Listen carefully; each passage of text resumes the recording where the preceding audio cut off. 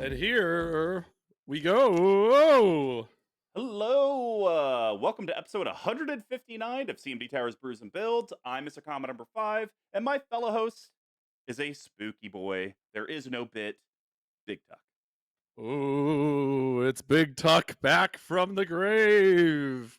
After my crippling rugby injury last week, I've come to haunt the halls of Vegas, where you can find us at Magic 30. You I feel could good about die. that? Like, I could be dead. You don't know. You don't know. Don't look at me like that. I could be Uh, dead. You know I, this. I mean, this is true. This is I don't true. really You do. get and also just for those playing the home game, I don't really get nervous about so I have our first rugby game tomorrow of the Okay. season, maybe the only game I'm playing this whole season. And the day before, so back when we were playing football together, by the way, you look very well rested. Before I get into all that, you Thank look you. you're looking great. You're looking healthy. Have you been use moisturizer? What's going on here? No. I think it's like you and I were talking before we even went live for people that work's just been really busy, and honestly it's been good busy type stuff. Like there's always frustrating crap that I hate Yeah, dealing right. with. It's work, right? Yeah. But I will say it's like leading to good stuff. So yeah, I think it's just the Do you feel fact like that you've I been have sleeping better because of that, or? no, not really. I didn't get any 2 in the morning text messages from you about Disney related properties, so that was a change of pace. Oh man, that She-Hulk finale was bomb. I heard it's like very meta, right? Oh, it's super meta. Yeah, I don't know. I'm excited about Charlie Cox being back in it. Spoiler, I guess, Ah, but that was everyone so knows. good. Yeah, like so I like him a lot. But I don't know. I think that I can't be watching that. For those on Twitch, we just did get a new preview. I assume you're seeing Black Adam this weekend. Yes, me, Single Aaron, the Goat are all going, and Godfather. When? Tonight? Tomorrow? Sunday. We're doing Okay. a basic bitch day. We're all gonna go get brunch and then go see the movie. God. It's like my nightmare. So I was gonna say, you remember back in football days, right? When we got on the bus or when we were like getting ready in the locker room, Sure. what was your like emotional, like what was your emotions, your feelings feel like? Like going to the game, it's very much like I'm in the zone. At least from what I remember. Like I didn't really want to Right. talk to Yeah, it's been a people. while. I just kind of was focusing on the game, and I always remember getting like that jitter in my right leg where I would just sit there and just like Yeah. bounce my leg like really, really fast. That's such a random question. Why do you ask? Well, because like I said, I have my first rugby game I have my first rugby game since Canada tomorrow, Okay, right? And it may be my only rugby game I'm playing this whole season, which is a different story. But like the morning before rugby games, I'm a mess. Like I'm okay. not. I have no appetite. Like I get the shakes. Like I'm not social. I'm like a complete like I'm like what if I get injured, something like that. And like I'm just like right?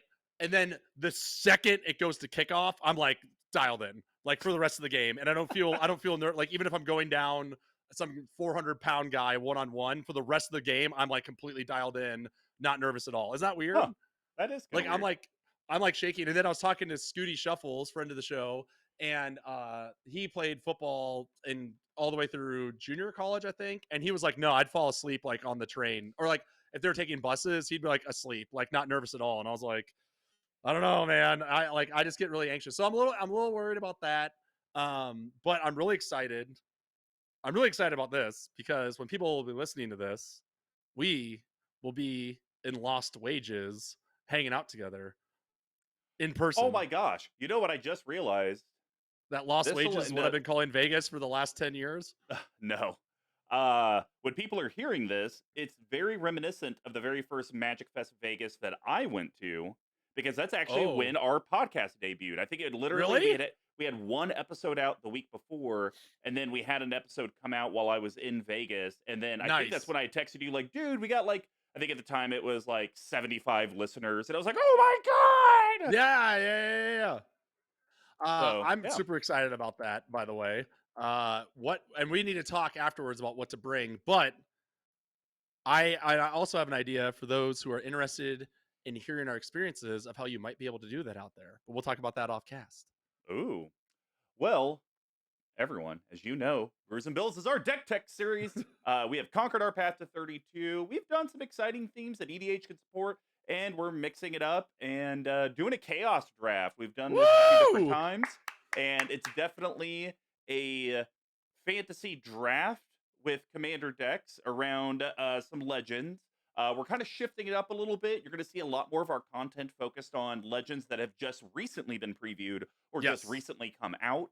And we're going to be doing that today. But before we start talking about the legend and exactly what goes into it, BigTuck and I will each be doing the following.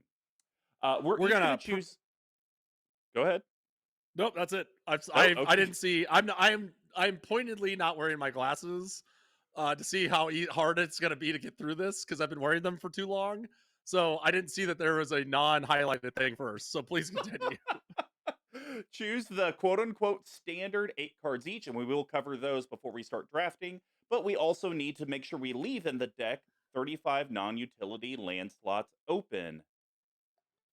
Then we pre-select 40 non-land cards, flip a coin to see who drafts first, and then go round robin until the deck is complete. But Big Tuck, what if you pick one of my cards? Well, then the other has to remove it from their draft board. Son of a bitch. Yes. What I got some. about the. Oh, well, we already talked about lands, but, We will be go ahead giving and a do it total. anyways. We will be giving a total land count recommended, and only talking cards up to the available slots.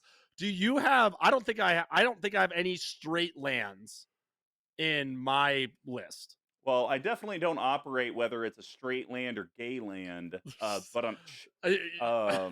but no, I don't think I have any land. Well, okay, we'll leave that as a Okay, loose we'll talk thing. about it. Okay, Yeah. Um, but each of us will be doing the first 19 will be that snake person draft. So if I win the coin flip, which I historically have always done, and true. say Big Tuck, you may go first. He gets to pick number 1, but then I get to pick numbers 2, then 3, then he's 4 and 5, so on, so forth. Which is also what has historically happened, if I remember correctly. Absolutely. Yes. And then once we get down through our each 19, we're going to do a lightning round where it's just back and forth, Big Tuck and I.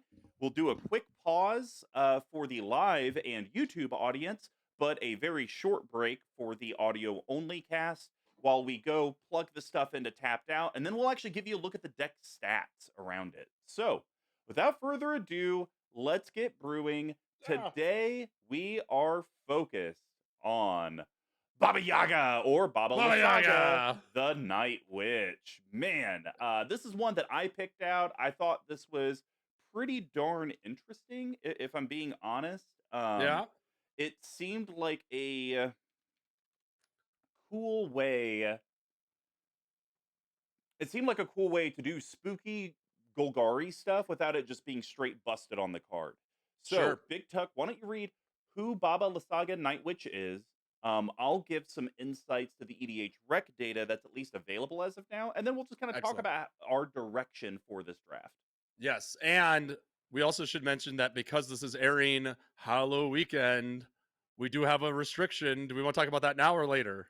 Let's do that later after we go Let's through do the that later. stats. Okay. Yeah. All right. Sorry, I didn't mean to. I didn't want to steal the thunder from you.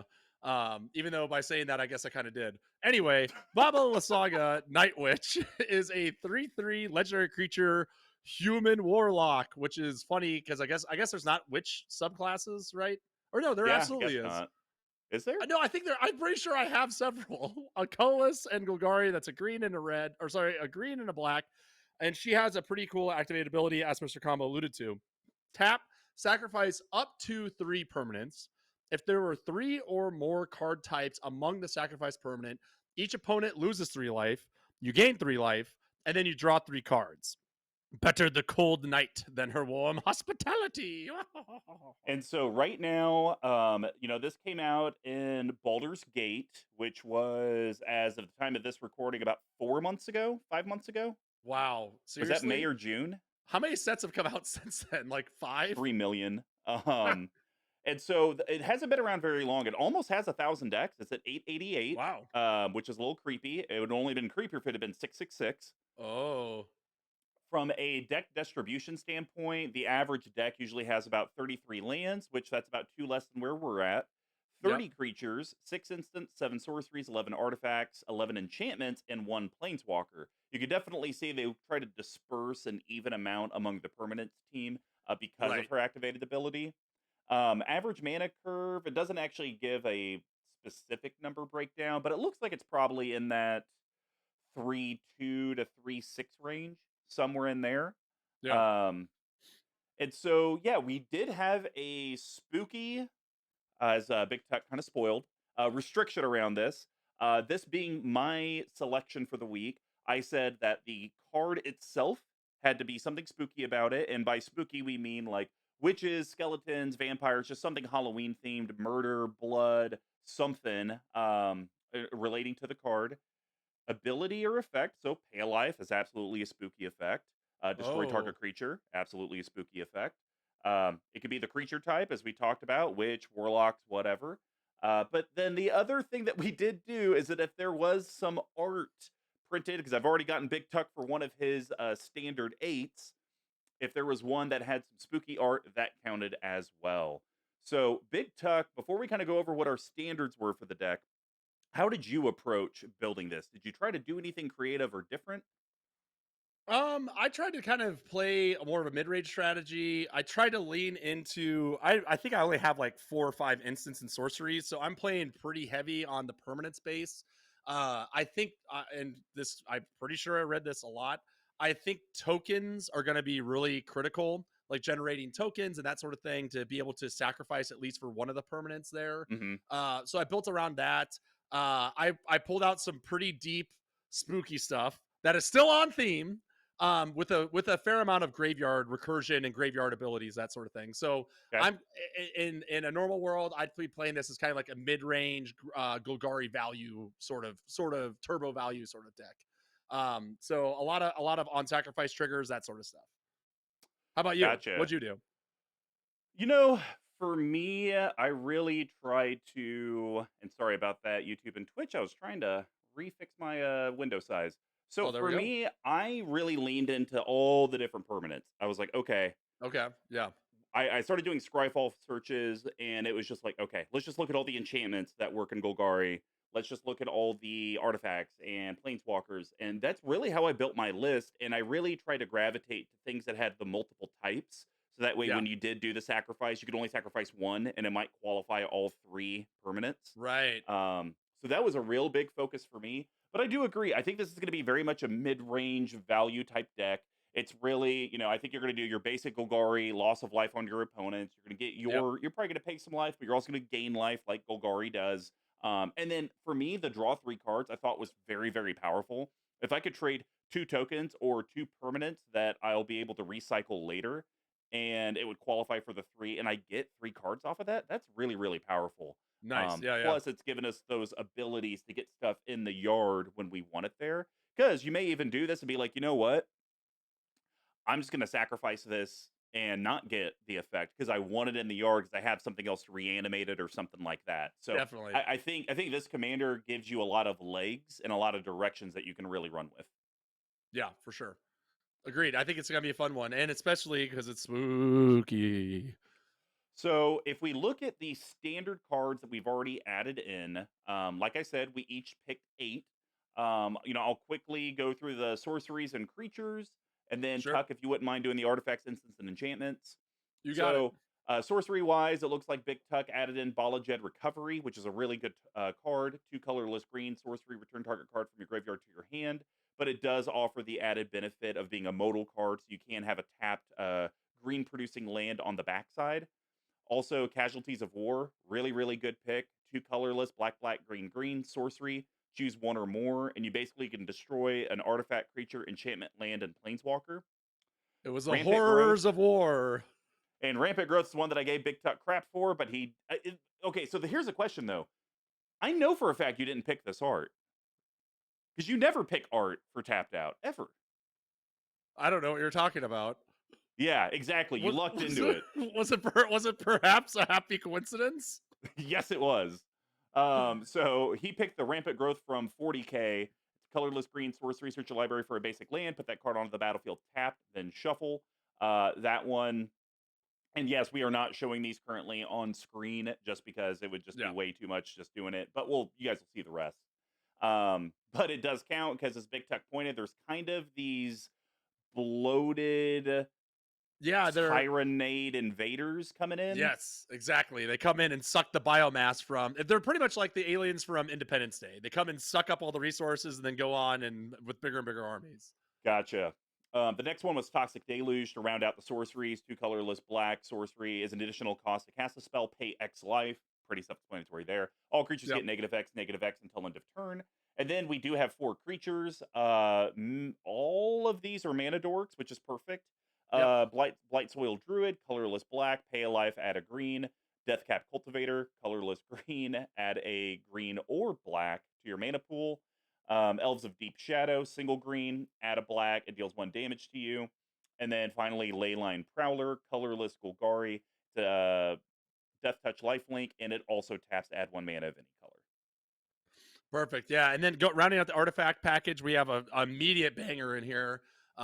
This was definitely a Mr. Combo pick. We have Bolus's Citadel, 3 colorless triple black for legendary enchantment. It is quite spoopy. You may look at the top card of your library at any time. You may play the top card of your library. If you cast a spell this way, pay life equal to its converted mana cost instead of paying in-mana cost. Then finally, you can tap, sack 10 non-land permanents, which plays perfectly into the rest of the themes of the deck. Each opponent loses 10 life. Make sure that you remember when you go to your LGS that is non-lands, because I know you and I have both got stymied on that one before. Then we have the spooky Golgari Signet, the Yeah, scariest of them so all. spooky. It's The got a beetle hell? on it. Oh yeah, but by the way, you're about to get roasted for putting Soul Ring in here, you son of a bitch. It's the spookiest card of all time, the one that should be banned. Ooh, Golgari Signet, 2 colors for an artifact, 1 colorless tap. Get black and green. Of course, standard Soul Ring. It's the boogeyman of every EDH pod. Everyone's so scared if someone has it in their opening 7. You're really doing the spooky thing pretty loose here. All right, listen. All right, listen. Between you and me and the between you and me and the wall here, I didn't know that the spooky this also went with the standard cards. I thought it was just the one we chose, so that Did will you just explain look at the later. ones that I put in there and be like, huh, his just coincidentally were spooky? They're all great. I was like, Deathcap Cultivator, what a slam dunk. So anyways, Soul Ring, Talisman of Resilience, 2 colorless, artifact, tap for green, and then that one does ping you for life when you use it. So Correct. that's another kind of happy accident. For an instant package, we have Assassin's Trophy, which is spoopy. Yep. A demigod was killed. So green and a black for an instant story target permanent opponent controls. Its controller may search the library for a basic card, put it on the battlefield, then shuffle. One thing that's exciting about this is I didn't know it just got reprinted, so it's around $5-6, which I think is a great pickup. Heroic Intervention, we're not going to talk about that because it's not spoopy enough. And then Murder, of course, because you're gonna get killed. Colorless double black for an instant destroy target creature. And then finally, we have our Dictate of Erebos. So 3 colorless double black for an enchantment with flash. When a creature you control dies, each opponent sacrifices a creature. So that rounds out our standards that we decided to go with in this build. Yeah, and the initial CMC we're at 282. So I think we have a lot of room to go up. 9 rares, 4 uncommons, 4 commons. I do think it's kind of insane that these 17 cards to pick up would cost you about $70. Yeah, I mean, Dictate's expensive. Bolus is starting to creep up there too. So yeah, Wow, it could be, Balaged Recoveries almost $4 now. yeah, I know. Wow, I It's think I insane. got like a stack of those. Oh yeah, I Um, mean they're like, I would say they're like a green standard almost at this point for me. well, it's But just because it was an uncommon, and I opened up yeah. so much of Zendikar Oh, that's Rising. right. You bought like what, a collector's and a normal one? I had multiple Zendikar boxes. And remember, that's the one that I gave away at the summer tournament, not realizing that they did put box toppers in them. And that's Oh where yeah, Marketing Ross and them got the Strip Mine, I think, or Ancient yeah, Tomb yeah, full art. Yeah. yeah. You lucky SOBs. All right. Well, let's get into this as we have to. We're going to be doing a coin. I do not have my Squee McGee Get Up and Fight coin from CMD Tower present, but I do have my Two-Face coin. So, Big Tuck, Uh, what do you want? I will take Tails, which I assume is the scarred one, right? Correct. All right, So, Tails never fails. Let's go. we have tails. We have heads. Try to keep my hands on screen. 1, 2, 3. All right. So now the question is, do you want me to just put it down or do you want me to flip it? You caught it like this, right? So it's been caught like this. Yes. Would you like I me want you to to just, you no, want I me to want you do to go this? over. Yeah, just like a normal. Yep. Boom. Unreal every time. That's okay. That I think I've only won one, and it wasn't when we did the dent coin. I think that coin's weighted. I'm taking it up with the judges. Well, Big Tuck, I think I'm going to pick to go second again. So that way I get to Okay. pick twice in a row. So let's All start right. this off, Big Tuck. What is your round one, pick one to kick off a chaos draft? All right. So the first one is a completely spooky card that I think has a ton of value in this deck too. And that card is going to be Silver Smote Ghoul. So this is a newer one that I think is pretty interesting. So Silver Smote Ghoul is an uncommon from the Commander varietal of 2021. Two colors and a black for a 3/1 zombie vampire, two spooky creature types. At the beginning of your end step, if you gain 3 or more life this turn, return it from your graveyard to the battlefield tapped, and then it Oh, also has a colorless nice. and a black, sack silver smoke ghoul, draw card. So I think one thing, I think the worst ability on Baba is the life gain, right? Like, Hmm. okay, cool, whatever. But there is a lot of cards, especially in Golgari, that care a lot about losing and gaining life. So I wanted to put in a couple here. I also like this. This one can kind of cycle itself in like an odd way if you need it in a Sure. pinch. I think people are going to get on to your Baba Yaga gimmick pretty quick. So I wanted to have redundant ways of sacrificing. So all that in a package that cost 17 cents, I thought just did a lot of work for this deck. Yeah, well, I mean, if it didn't have the gain 3 life, return it to the battlefield tapped, it wouldn't be worthwhile to keep in, Correct. even with 100%. the self-sacrifice to draw a card. The fact that it's basically, I mean, you just sacrifice Silver Smoke Ghoul every time you activate Baba Yaga, because you Exactly. always, and yes, I'm going to call it Baba Yaga forever, even though I know that's not what the card is called, Is that people. not? Oh, Like, it's not Bobby Yaga. Oh, nope, whoops. it I is said the not. same thing. Baba Lysaga or something, but I Yeah. think it is supposed to be based off of Baba Yaga. But no, Silver Smoke Ghoul, great pick. Thank you. Well, my first round one pick is going to be an awesome, awesome enchantment. We are talking Golgari Germination. So Oh, this is a colorless Golgari. You can pick it up for about a quarter. It's an enchantment. Whenever a non-token creature you control dies, create a 1/1 green sapperling creature token. Honestly, wow. pairs great with your Silver Smote because it's like, Yeah. oh, that dies. Boom. We now have a token that just replaced it, and it's going to come back to the battlefield. So it's like once you Yeah. do it first, every time you sacrifice the Smote, you're actually paying for 2 of the 3 things that you needed to sacrifice. Hell yeah. I've So never seen this card before, but like, why isn't this played in like every Golgari sack deck? It's so good for 3 mana. What's not to like? not exactly sure, to be honest. I thought it was a great pick. Yeah, Okay. slam dunk. Love it. So as I had told Tuck, I kind of did my searching and my prep for this a little bit different. So I'm going to be bouncing around my list. I didn't necessarily rate Yeah, them exactly how I would, but I think for round two, Wishclaw Talisman is so good in this deck for a very specific reason. this was Colorless on my black list too. Yeah. artifact. Yeah, suck This it. was a late one. This was a late one. You can get it for $3. It's an artifact, so we're getting that there. It ETBs with 3 wish counters on it. FYI, that'll be never used, except for once. Colorless tap. Remove a wish counter from Wishclaw Talisman. Search your library for a card, put it into your hand, then shuffle. An opponent gains control of Wishclaw Talisman. Activate this ability only during your turn. So you're actually going to activate Wishclaw Talisman whenever you need to do your tutor. With Sure. the effect on the stack, you're then going to activate Baba Yaga, sack the talisman. Your opponent never gets it. It counts as an artifact, and then you just need 2 other types. So it's almost a uh trying to think of the 3 mana tutors that this would like qualify. So effectively, you got your demonic tutor with a 1 mana reduction, but Sure. it's kind of like putting it in the bank. Like, let me put two Right. mana out here. It's here. Whenever I need to, a single colorless will now go fetch me my card. Definitely. And as long as Baba Yaga is untapped, I'm just gonna. And this would be a good example, Tuck, of like I'm just gonna sacrifice this one thing Yeah. and lose out Exactly. on the Baba Yaga effect. And if you don't need to, if you don't need to, uh, how can I say this? You can also don't have to sacrifice if you want like curry favor with another one of your opponents too, right? So I Eh. love Wishclaw Talisman. I know it's not that's more my style than yours, but it's still a sweet pick. All right, Tuck. What's your round two selection? All right, I'm gonna get this one out of the way early because Spooky or this Soul Ring? card. No, that's already in there. But this card was the origin of our spookiest recurring bit, and that card is in fact Lightning Greaves, or as you call them, Spooky Boots. I'm so upset with you. That's our bit. That's been our bit since like day one. Lightning Greaves, for you those who don't know, is a 2 colorless artifact equipment with equipped creature has haste and shroud and equip 0.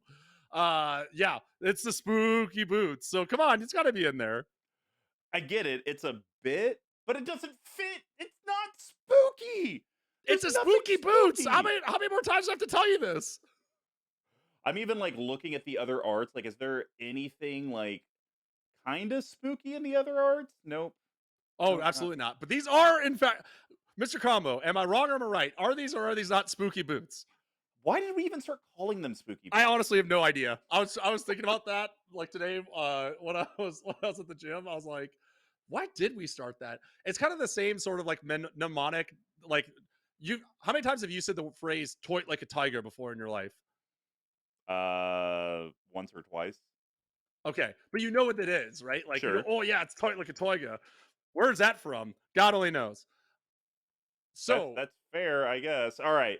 Blow me away with your next one. all right, so this one is spook. This one is 100% spoopy and plays into the theme very closely. This one, I did a lot of searches for like Halloween based cards and try to fit those in as long as they kind of fit the theme. And Okay. this one I thought was really interesting. This one's Chime of Night.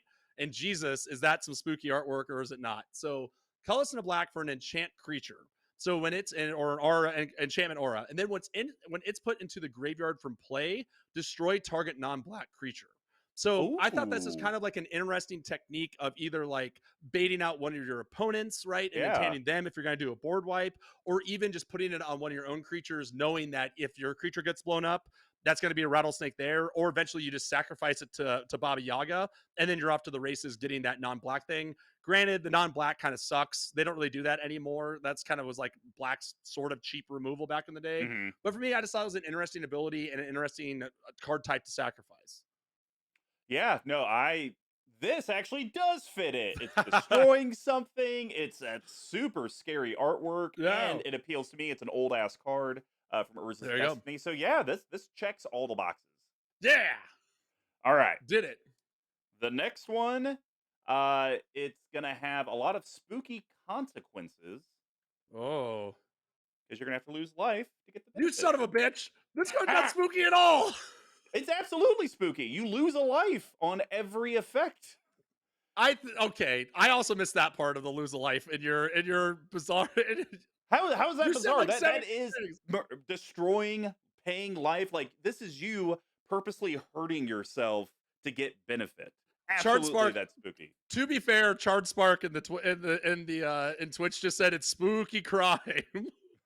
There we go. So Well, there black you go. market connections, two colorless black. Holy crap, $31. Yeah. Yeah, bro. Uh, it's an enchantment, so this can also help us get to our 3 permanent types. But at the beginning of your pre-combat main phase, I love that they do that instead of upkeep. Yeah. You get to choose one or more, which is even spookier because you can do them all. I'm going to sell some contraband, which means we get a treasure token, but we lose a life. I'm going to buy information. We're going to draw a card, and we're going to lose 2 life. Hire a mercenary. Create a 3/2 colorless shapeshifter creature token with changeling. You lose 3 life. Now, here's the cool thing, Tuck. In this deck, we're doing all 3 probably every single Every time. time. Yeah. Yeah.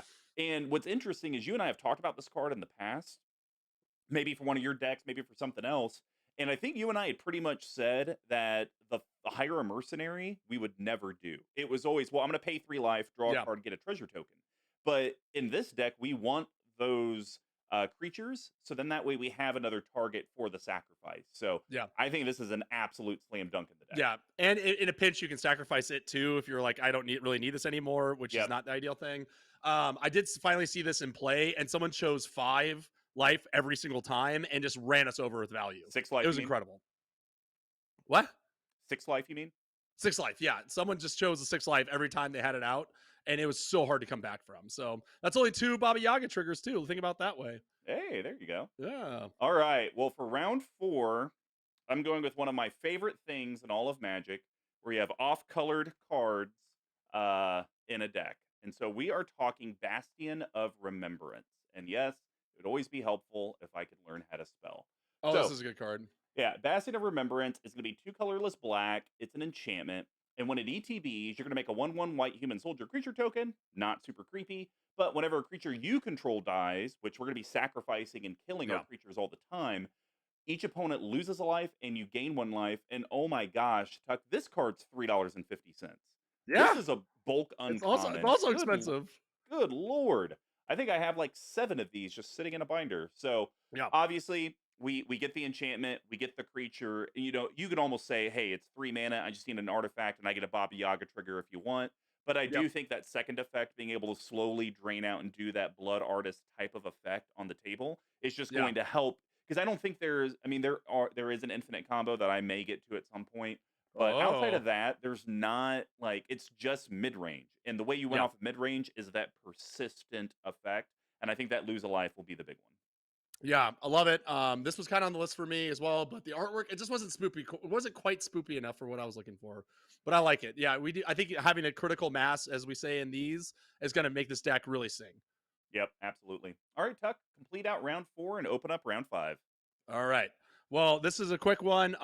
Just trying to find cards that aren't instants and sorceries, but have these sort of effects. So for me, Omen of the Night has a lot of interesting possibilities here. So one black for an enchantment with flash. When it enters the battlefield, return target creature card from your graveyard to your hand. And then, of course, two colorless and a black. Sacrifice Omen of the Dead, scry 2. First off, it's spoopy AF because it's Erebos, our boy. And second off, our graveyard is just going to be full of stuff, right? So one mana to get something that's huge back from a graveyard to a hand, especially if it's something that's like the ghoul or something that we know we can start making like repeatably sacrifice. Easy to do there. Great target to sacrifice to Baba. And then worst case scenario, you can if you're in a pinch, you can always just bin it, scry 2, move on with your life. Yeah, I like it. I mean, I look at this as like a 1 mana bad reanimate type of effect. Yeah. You know, it's like it doesn't actually reanimate, but it does get it back to hand. It is nice that it is at flash speed.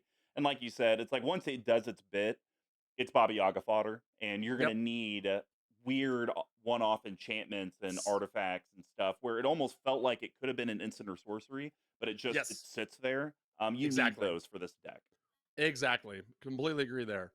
So going into round number 5, I am gonna go with a card that is just straight sacrifice gas, and the artwork on this always looks really creepy to me. So Viridian Emissary. It's an elf scout that's a 2/1 for a colorless and a green, and it says when it dies, you may search your library for a basic land card, put it onto the battlefield tapped, and then shuffle your library. So there's something about that artwork that just always that always spooks me out. Like I thought it was a zombies elf or something because it was originally Yeah. from Phyrexian, but still a spoopy card there. Again, just great sacrifice fodder for Baba Yaga. You're gonna get something out of it. You're gonna start ramping into maybe some of your bigger threats.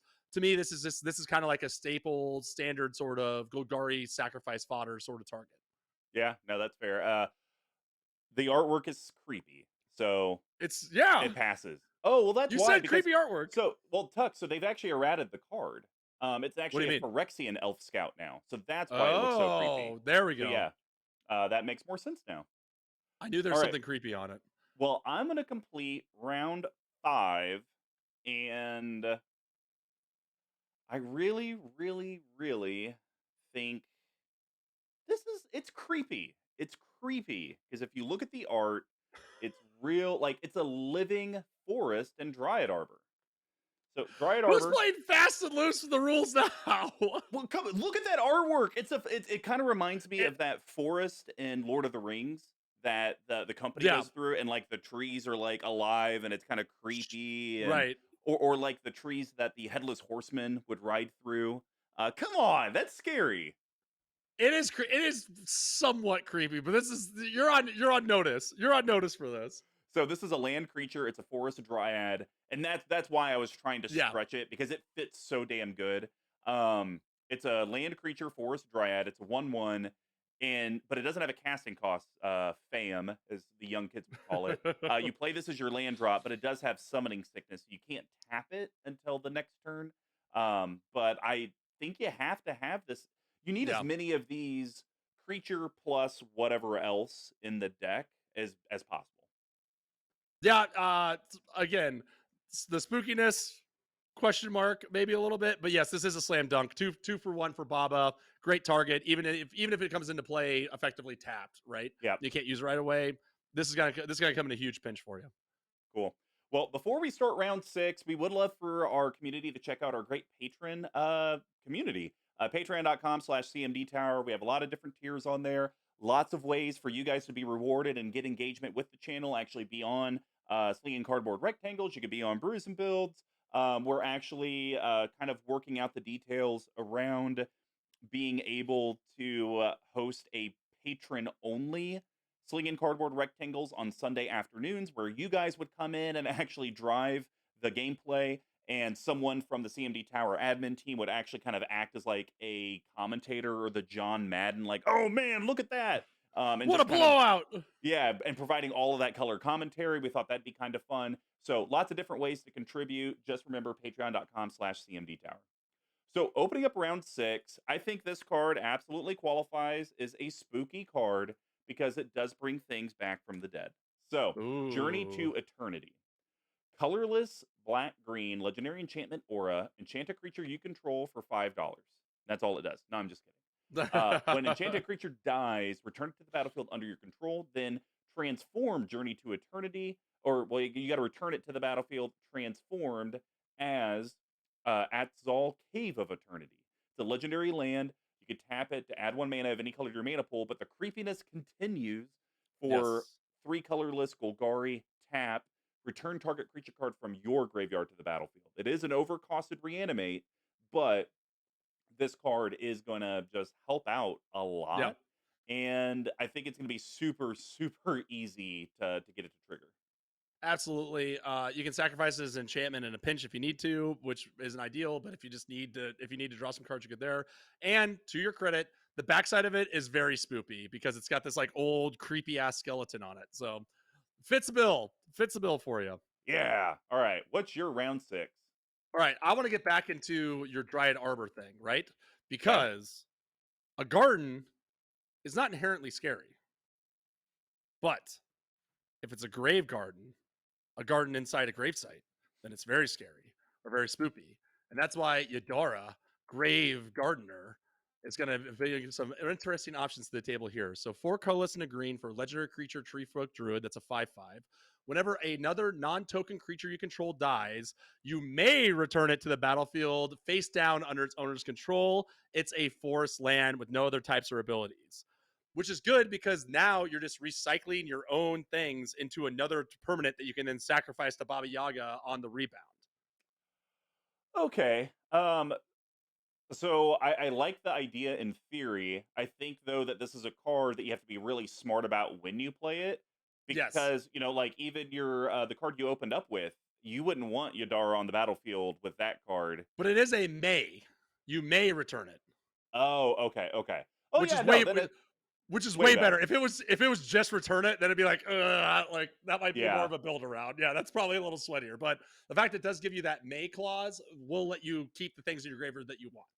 Okay. Yeah, no, I like that. It's like you said, it's given us a more mana, but then also more things to sacrifice for Baba Yaga.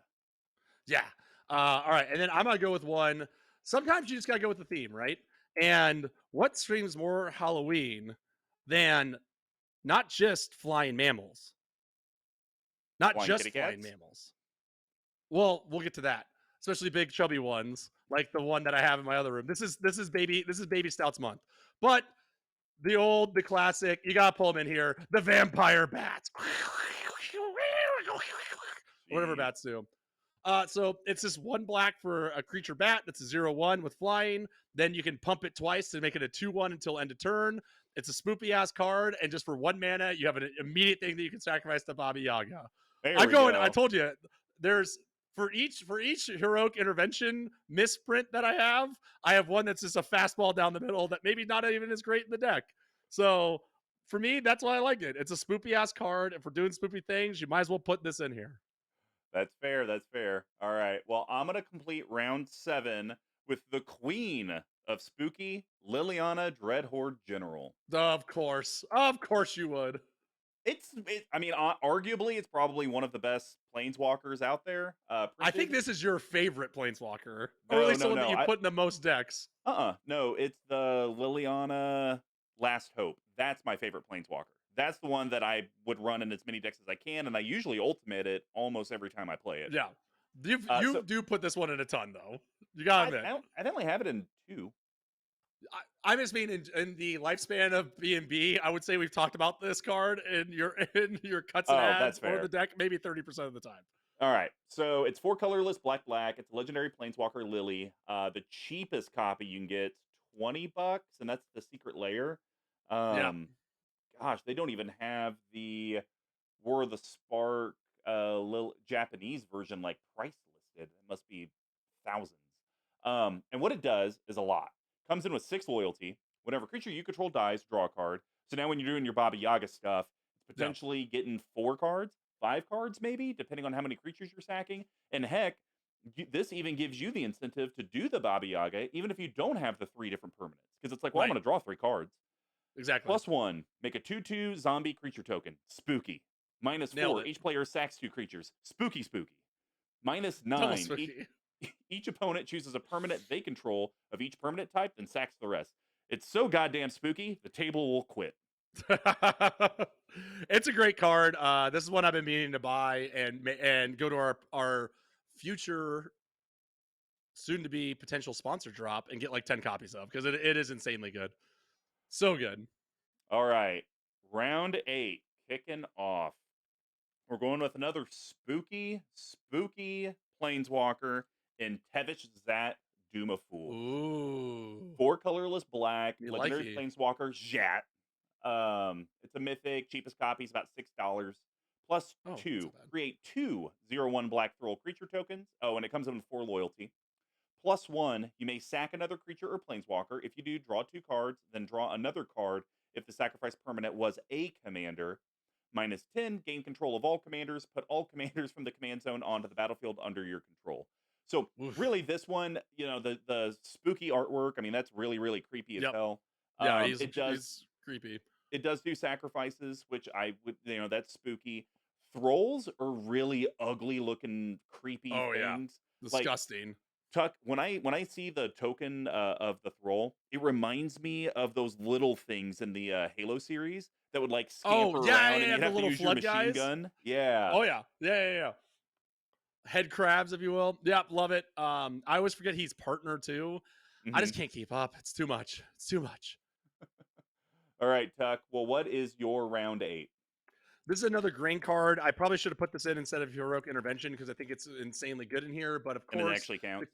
the classic exactly Deathrite Shaman, Oh spooky yeah. AF, tons of skeletons in there. Hybrid Golgari for 1/2 Elf Shaman. X tap, exile target land card from a graveyard. Add one of any color mana to your mana pool. One or black tap, exile target instant or sorcery card from a graveyard. Each opponent loses 2 life. Uh, one green, exile target creature card from a graveyard. You gain 2 life. This was like the first Planeswalker, in my opinion, they ever actually printed. Just 3 insane abilities. And this also, I think, this makes the sacrificing of lands feel a little better in this deck. If you have to sacrifice land, you at least know that you can recycle it later for another pip of a color that you need to go. So playing with graveyards all over the place. I mean, there's a reason this card's still $7 after it's been reprinted 3 times and banned in Modern and Legacy. Yeah, that's insane. Yeah. But also, I mean, I know this isn't usually your play style, but the rest of the world, cracklands, like Oh, this is absolutely. Yeah. perfect fodder for your high end fetch lands or even your low end. I can't even Terramorphic Expanse. Ha, I do remember what they're Sure. called. Yeah, there you go. I know. I've cut Evolving Wilds and Terramorphic Expanse out of like almost every deck I own. I think All it just does right. not hold up. Well, what's your round 9 starting point? This one's really quick, well, so we don't need to go too far into it. But Hagra Mauling to me is like a slam dunk in here, obviously as well. So 2 colorless, black for an instant. It's creepy AF because that poor core person's about to be eaten. It costs one less to cast if an opponent controls no basic lands. Probably not going to happen, but destroys target creature, and then it flips over for a tap land. So for me, I think this is again a card in this deck that's way more modal than it seems. Because even if it is a tapped land, if you don't need it, that's something that you can just play from your hand to Hmm. sacrifice immediately to Baba. Just knowing that if you don't need the mana there, and then obviously staple kind of removal spell, not quite as good as murder on the front half, at least not all the time. But for me, just kind of an easy inclusion in your Golgari decks. Yeah, I think that's fair. And honestly, Tech, I mean, the way that we're going here with a lot of these modal lands or utility lands, I mean, we might be land flooded to where if someone actually wanted to take this chaos draft and actually build it IRL, they might actually cut some basic lands or Yeah, cut, some of the lands that we would add after the episode. Because I think we're seeing that there's a lot of spooky AF, but very good utility cards that also can produce mana for us. exactly, exactly. All right. Well, I'm gonna complete this one with Molder Vine Reclamation. Oh, it's so good. Oh, it's So so three good. colorless Golgari. It's creepy. It's a cemetery. It's Oh yeah, middle of nowhere. It's an enchantment for under 30 cents. Whenever a creature you control dies, gain a life and draw a card. It's pretty simple. yeah, But once again, if Baba Yaga is going to have us do stuff and like sacrifice, as many other things that can give us additional triggers for those sacrifices makes it feel that much better. Especially if you're yeah. someone like myself who doesn't like giving up resources, like, I hate discarding cards to just draw a Right. card. Like that sucks. But if it's like, oh, well, I'm gonna sacrifice two creatures and an enchantment, and I'm actually gonna end up drawing like six cards, digging these people for life, gaining this Yeah, much life. That just that's what's gonna tell the table like, oh, this deck's a problem. yeah, yeah, for sure. Love it. Love to see it. It was on my list. I think I might cut it at the last minute. Gotcha. All right. Well, my next one, I'm gonna fight for it because it's spooky AF to me. It's Oh boy. spooky AF in my life because this card kills me so often. We're doing it! Mana Crypt! Boo! Boo Zero this mana, man! Boo zero this mana, man! 0 mana, artifact, cheapest copy. Oh my god, is $175. At the beginning of your upkeep, flip a coin. If you lose the flip, it deals 3 damage to you, and it adds 2 colorless mana. See, this is the soul ring for a spooky deck because you're like, gain a chance. Am I going to hurt myself? Living on life's edge the entire time. Oh my god. Crazy story before Tuck you say that this doesn't count. I saw someone on Facebook.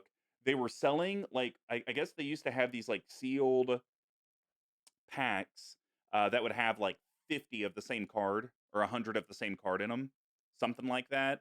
I don't know exactly. Like it might have been something from R&D or Sure. whatnot, but someone was selling a sealed mana crypt pack where it had like 50 or 100 crypts Jesus. in the thing. Yeah. Or and I might be exaggerating. It might have been 30, but regardless, he was selling this mana crypt pack for like 5 grand, 10 grand or something. And I was just Where like, oh did my God, that's so many mana crypts. where do these people get these? Like this is like it's like the box of gold analogy, right? Where it's like someone's just been sitting on this for years and now decides it's the time to offload it. I don't know. I don't I, get I it, think but I think most of these people they have to live in the Seattle area.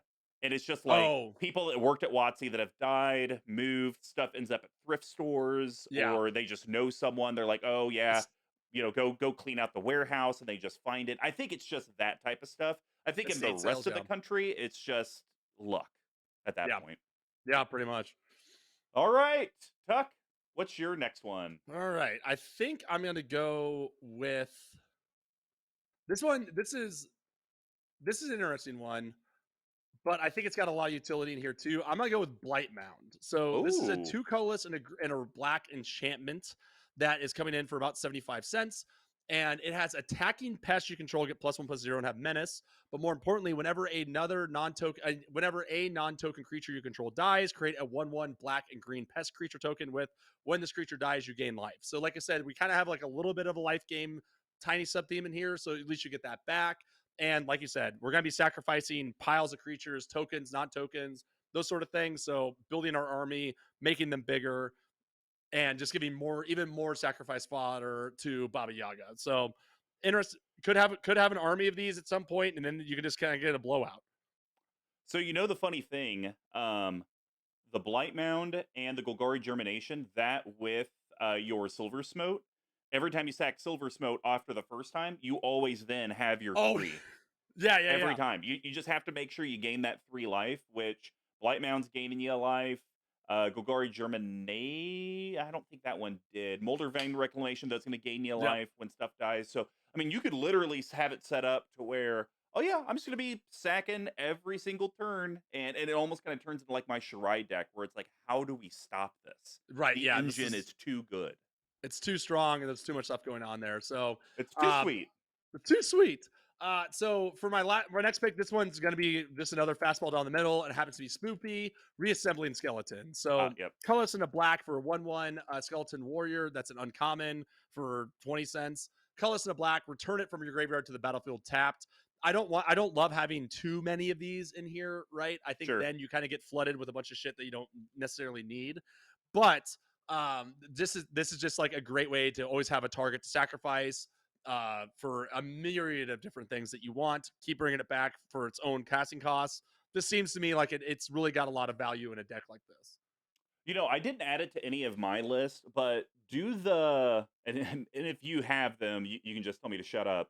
Um, do you think because like normally in these decks with like things like reassembling skeleton, you want the sack outlets for mana, and then that way you can try to get like some sort of like Yeah, chain going. Do you think those even have a home here, or if you're sacking, you want it to be to Baba Yaga and nothing else? I, mm, It's weird, right? Like normally I those are auto yeah. includes, like Phyrexian The, not Phyrexian Arena, a Phyrexian I Altar. okay. Let me say this. I have a pick for my next pick, which I'll explain as to what I like about that comparative Okay, to the other ones that we have. fair So enough. let's put a pin in that, and we'll get right back to it in round 12. 12. All right. Well, reassembling skeleton, I like it. Yeah, There will be times where a board wipe happens. You need to try to rebuild, and if you can rebuild from your graveyard without other pieces needed, then that makes it a little bit easier yeah. to do. Well, I'm gonna close this out with Tuck's card that he cuts from every deck, but it's spooky art, and you lose Boo, life. Phyrexian Arena, it's coming back. Colorless, boo. black, black, enchantment. At the beginning of your upkeep, draw a card, lose a life. Pretty easy. Oh, God. The whisper of authority rises over a cacophony of grinding machines. Should we start? If Spooky as we don't hell. have anything to say about this card, should we just do that in a spoopy voice? Ah, sure. So here's what I like the most about this. You already have black market connections in this, so you can literally just play this and then just sacrifice it to Baba Yaga at the same turn because you already have the better version of the card in here.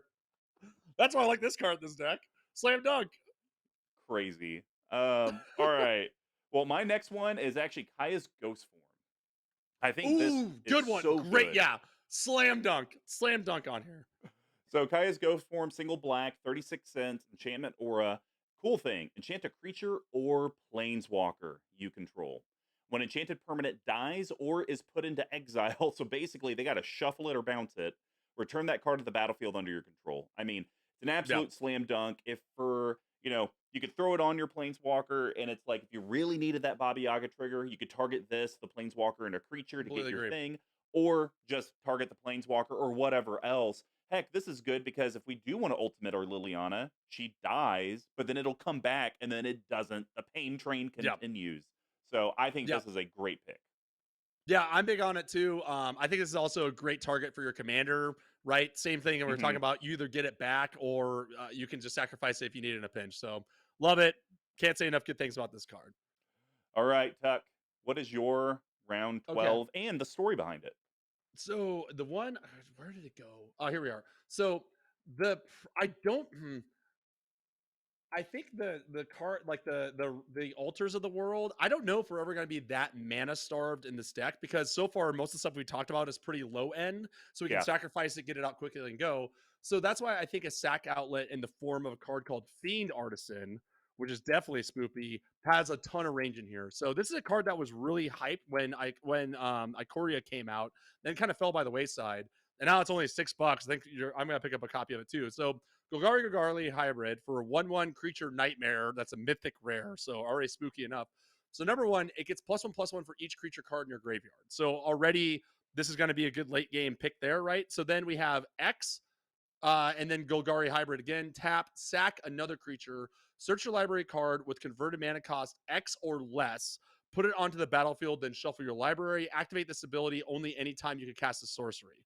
So for me, this is something that makes like what's it, birthing pod? I kind of like this one as Mhm. like a birthing pod kind of plus, right? Where it's like you can sacrifice your reassembling skeleton, pay 4, and then go get a 4 drop or whatever you want to do, like along those lines, because it doesn't have to deal with the creature card that you're sacrificing. So for me, if we're gonna have another auxiliary sack outlet, I'd rather have something like this that in and of itself could definitely be a big threat, right? I mean, it could be in this deck, it could be a 10-10 or a 12-12, and also it has a sacrifice ability. So this is more of the kind of like free sack ish that I'd rather go with. Yeah, I agree with that, and I mean, you said reassembling skeleton. I'm thinking every token that we're producing. Oh Like yeah, oh normally that's yes, why slam birthing pod dunk. and that stuff like sucks because it's like, man, it's based off the CMC and it's +1, so it's like, great, I'll go get a 1 drop. How many of those Right, do I actually have in my deck? Versus this, I'll sack that, token, and oh, I didn't really have anything to play this turn. Let's pay 7 and see what 7 or less drops I have in here. Maybe there's a Micaeus or something like that. absolutely. I really, really like that. That's a good pick there, Tuck. Thank you. All right.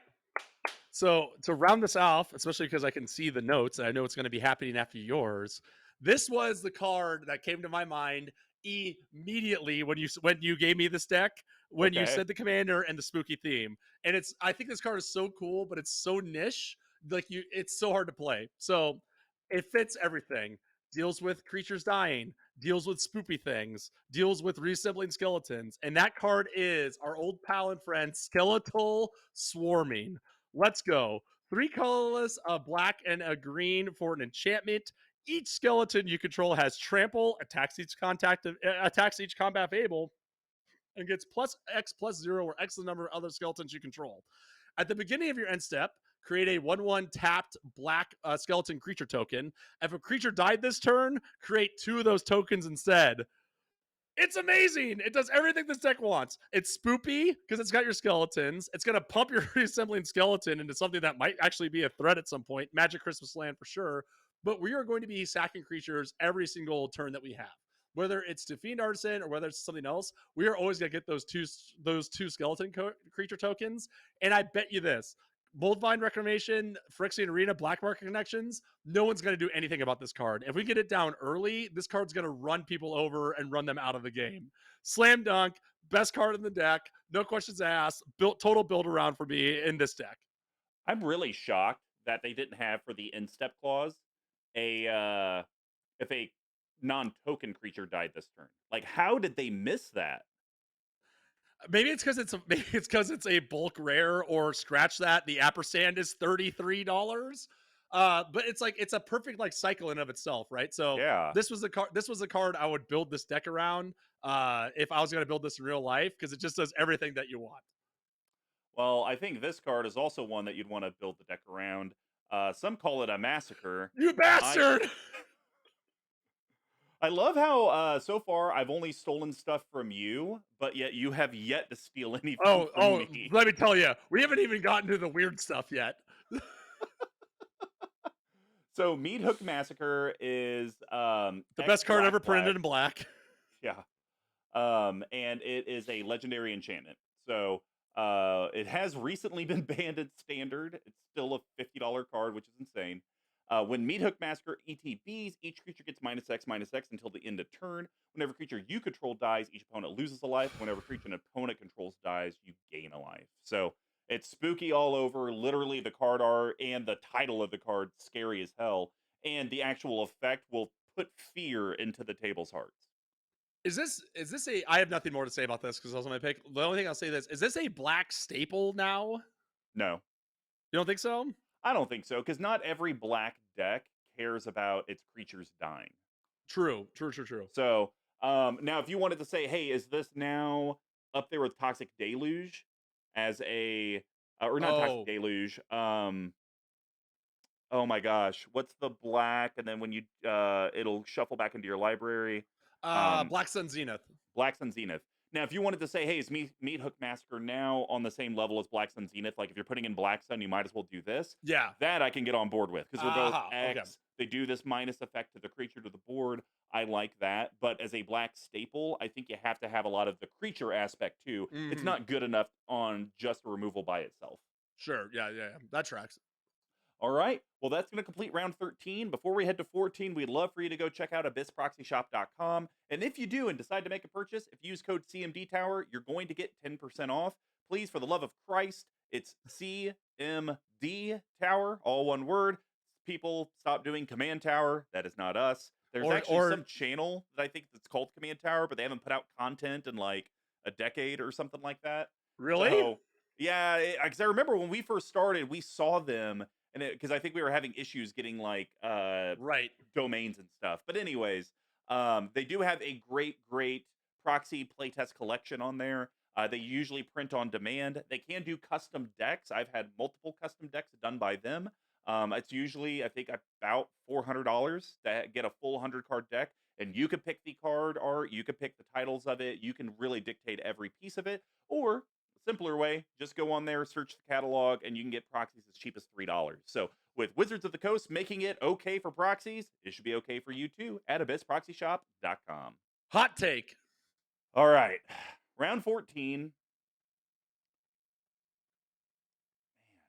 I'm hmm. Okay. Oh, you're gonna roast me for this one, but that's okay. Oh, good. It, Oh, it's been good. happening. It's been happening enough. I think the card art is kind of creepy, just like in what they're doing. But for me, it's actually the effect of the card is so spooky because Baba Yaga gets to do it twice. So I'm thinking Rings of Bright Earth really go into the deck, and it's kind of spooky. It's kind of spooky, right? Hands, fire, it works. It works. Three colorless artifact. Whenever you activate an ability, as long as it's not a mana ability, you may pay two. And if you do, copy the effect, and you may choose new targets for the copy. So the nice thing is that the way that Baba Yaga is actually written out, the sacrifice is part of the cost. So you would basically sack your three permanents, you'd pay your two, but then you're going to get 6 life, 6 cards, and each opponent's going to lose 6 life. So that's spooky, right? And their hands are kind of in the fire. It's in the devil's mouth, as some would So call it. I I don't love it. I'll be honest with you. But I do want to shout out Chard Spark in our Discord. He said the Meat Hook Massacre is the Black Great Henge, and then he did just say spooky donuts. Oh no, the spooky donuts. Okay, so I am sharing with our YouTube and Twitch community the invention art. I mean, it is literally two rings floating on GD fire. Like, come on, if you walked into a room and saw That's that, just you'd be like, that artwork. The artwork I'm looking at it now on Twitch. That artwork is just as spoopy as Soul Ring. "Oh, this is creepier than Soul Ring. Soul Ring's not even on fire." Oh, so the hand one I will give you because I kind of went with the same thing for my round 14 pick, which is Dig Up. I think this card is appropriately spoopy. So this is a new one that I don't really see a lot of play, which is kind of crazy. So it's 1 green for a sorcery that has cleave, a colorless, two black, and a green. So you may cast it for its cleave card.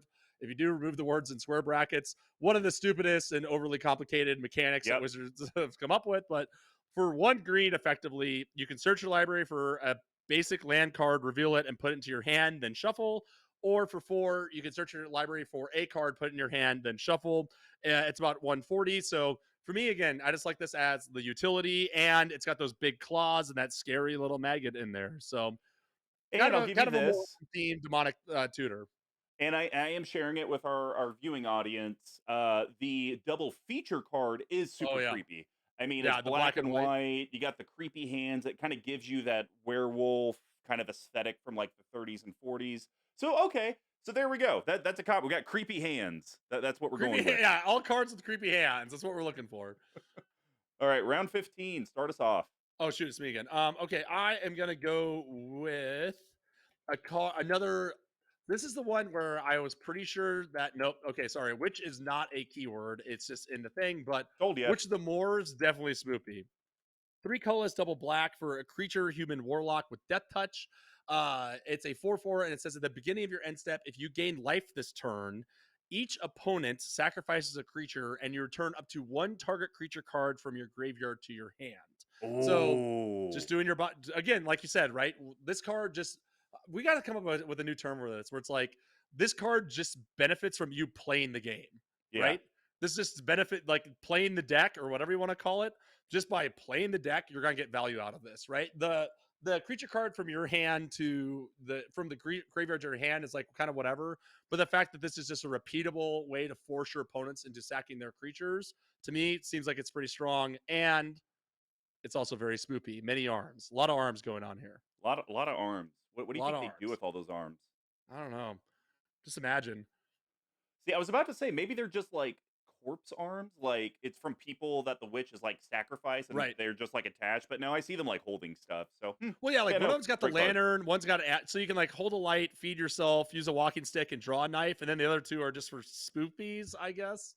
Spoopies. All right. Well, Spoopies. my next one is a very very spooky card and effect. We're talking Grave Pact. Ugh. So, Oh, it's so colorless, good. trip black, enchantment. Whenever a creature you control dies, each other player sacks a creature.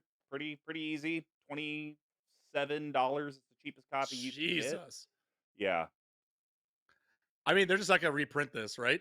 No. So I guess question, Tuck. Do you think for 2 mana more, the Erebos, the dictate is? Do you think it's worth for the flash effect for 2 mana more? I think it's only one more, right? Because dictates 5 and Oh, is this is it 5? 4. Oh, okay. Yeah, Yeah. 1 mana for flash. Then that seems pretty easy. Yeah, slam dunk. I mean, if you're gonna, if I like dictate more just for that because it's kind of a got you, and in multicolor decks, you're getting the 3 pips is kind of a little bit trickier. But honestly, in this deck, like if you're in for a penny, you're in for a pound. So you Yeah, might as well just have them both, right? Like that's you're fair. gonna get the equal value out of both of them. Well, my round 16 pick, we're kind of going back to trying to get the multiple types within. We are talking Noxious Gearhulk. Four Oh, colorless, black, oh, black, good pick. artifact creature. So we're covering two of our bases there. It has menace. It's a 5/4. And when it ETBs, you may destroy another target creature. And if a creature is destroyed this way, you gain life equal to the toughness. It's, even if we don't have Baba Yaga doing her stuff, this can help us get some of those. If you gained enough life, do Yeah. this. If you gained any life, do that. And it's nice to have a removal spell that will also give us modality with what the deck wants to do. Like you said, gain life too is always great in here. This is probably like what one of the top tier targets of reanimation in this deck, right? Oh, You're yeah. gonna sacrifice it, getting it back to hand with anything, and being able to recast it over and over again. Like being able to cast, if you can cast this card once a turn, every turn in the late game, like I think you're really gonna have a lot of lockdown on the deck, right? Yeah, I know. I Yeah, completely agree. All right. yeah. What is yours? 16. Oh shoot, I had one. Where'd it go? Damn it, where is it? All right, I'll go with something. Oh, here we are. So we don't have a ton of planeswalkers in here, right? But we do have some certain ways to tutor up some creatures, perhaps. Okay. So for me, I thought that our old pal Grist the Hunger Tide would be an Hmm. interesting pick in here. So Grist, for those playing the home game, is a colorless green and a black for legendary planeswalker Grist. That's a mythic for around $5. That's a guy with 3 loyalty. As long as it's not on the battlefield, it's a 1/1 insect creature in addition to its other types. +1, create a 1/1 black and green insect creature token, then mill a card. If an insect card was milled this way, put a loyalty counter on and repeat this process. I mean, you might fill up your graveyard. You have another target for Deathrite Shaman, I guess, but that's kind of it. -2, sacrifice a creature. When you do, destroy target creature or a planeswalker. And then finally, -5, each opponent loses life to the number of creature cards in your graveyard. So I love the fact it's a planeswalker, right? We don't have too many of them. When it's not on the battlefield, this is a card that you can bounce back to your hand because it's still a creature in your graveyard as well, which is pretty cool. And the first ability is mediocre at best, but the -2 and -5 I think have so much value in this deck. So kind of like a fun spoopy inclusion on my end. I think it's spooky. I actually, the more we go through this list, Tuck, and it'll be interesting to see the recap at the end. I think you're overvaluing how many creatures are going to be in our graveyard. If you've noticed, Really? we haven't talked about that many non-token creatures. Mm. Everything we're talking about are tokens. Oh, I can. Oh, So, we can change that, baby. Don't you worry about that. we'll see. But spooky art, low CMC, and a sacrifice effect to destroy something. Here for it. There it is. There she is. All right.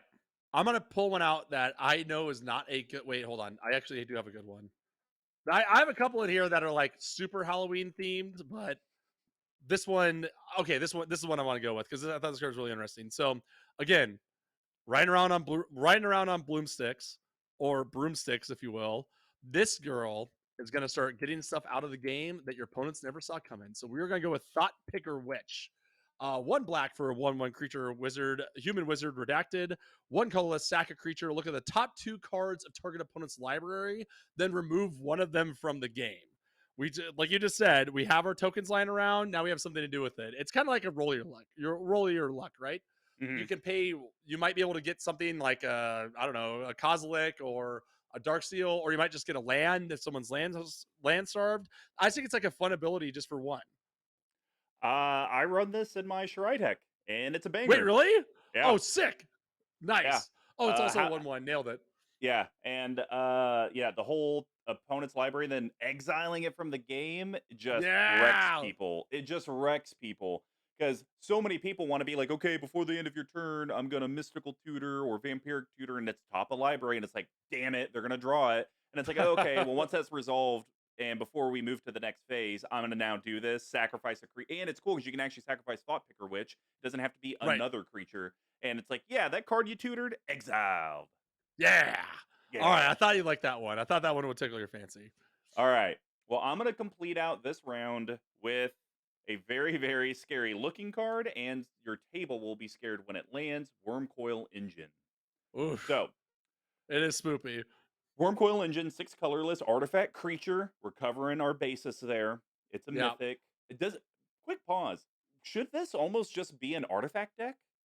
Where is it like you put as many artifact creatures as you can, and then it's just you're using another creature type to help supplement?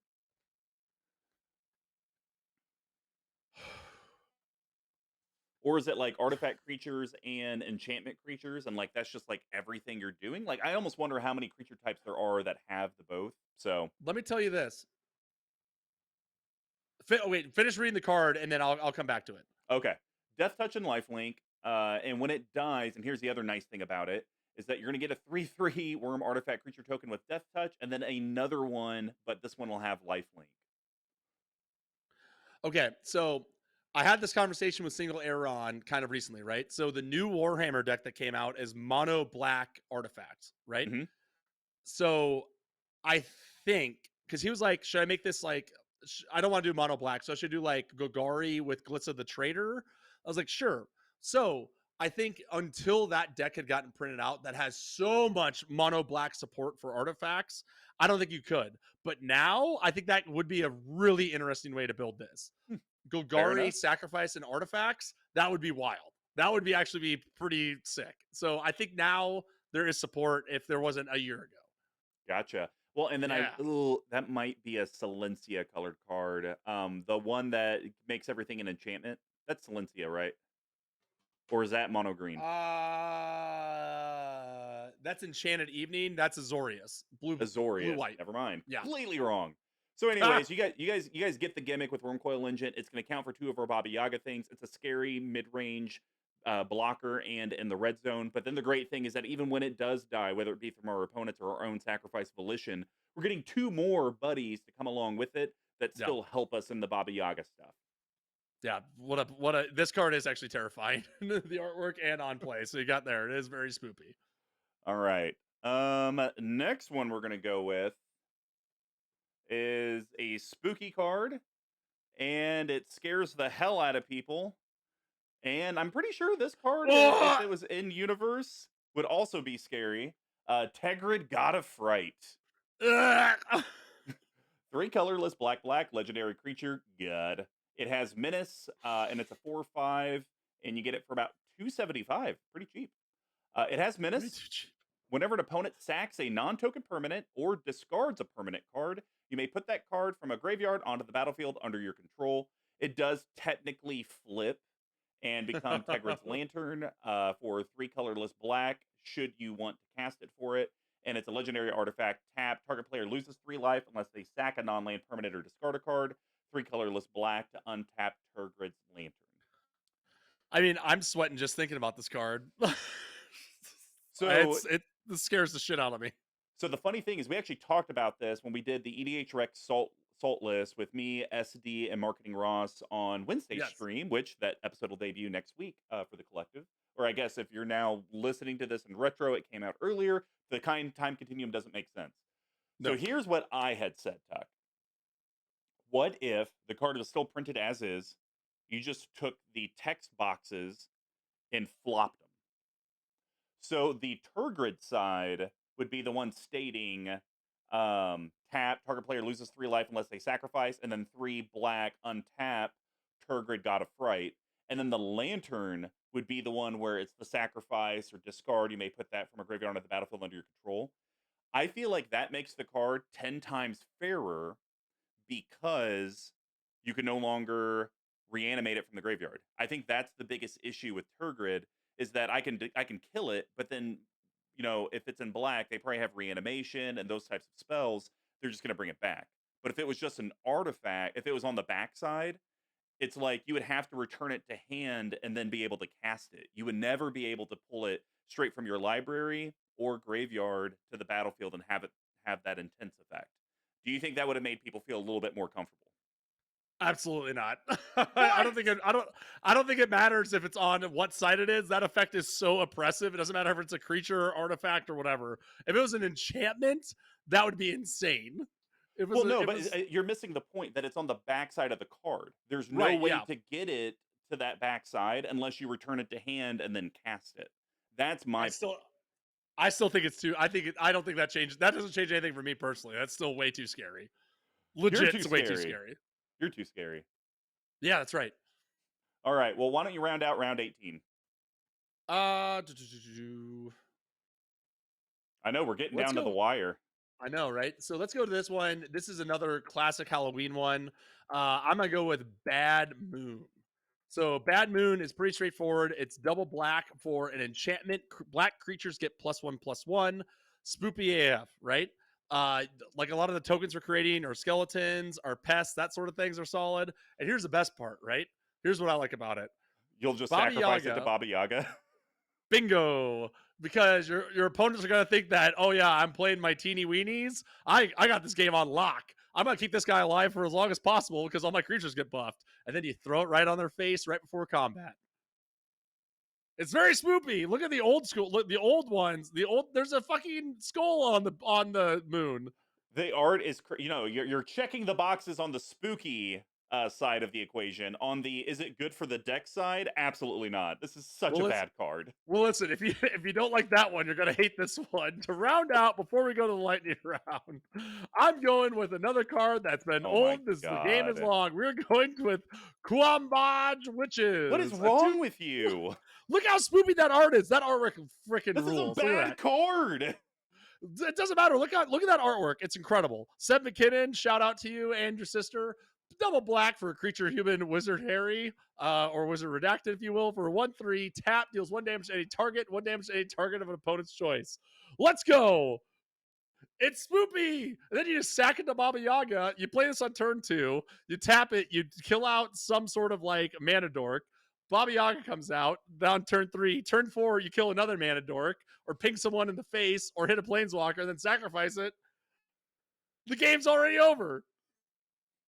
It's spoopy. Look. If we want to stretch what is spooky in the art or about the card, okay, that's fair. It has But witches in the title. How much more Halloween can you get? The effect is worthless. It is so bad. It's got witches in the title, Mr. Combo.